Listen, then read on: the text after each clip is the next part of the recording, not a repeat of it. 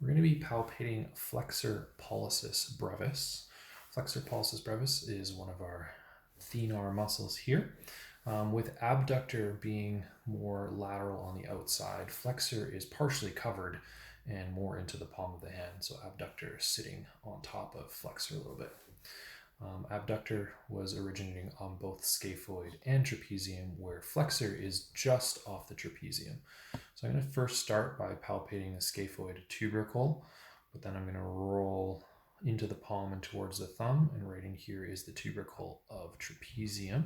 So this is one of its origins, and the second part being the flexor retinaculum, which is crossing the wrist in this location, which also attaches to that same tubercle.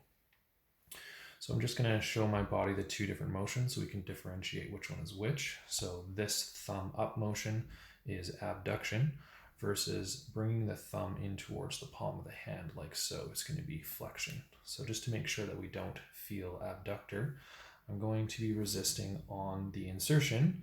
So I'm going to have her curl into my finger here. Excellent.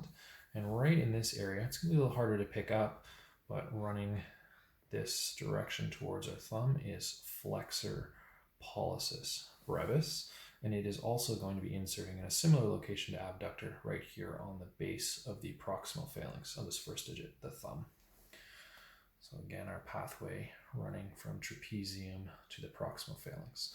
Now uniquely, Flexor Pollicis Brevis often is described as having two heads, a superficial and a deeper head.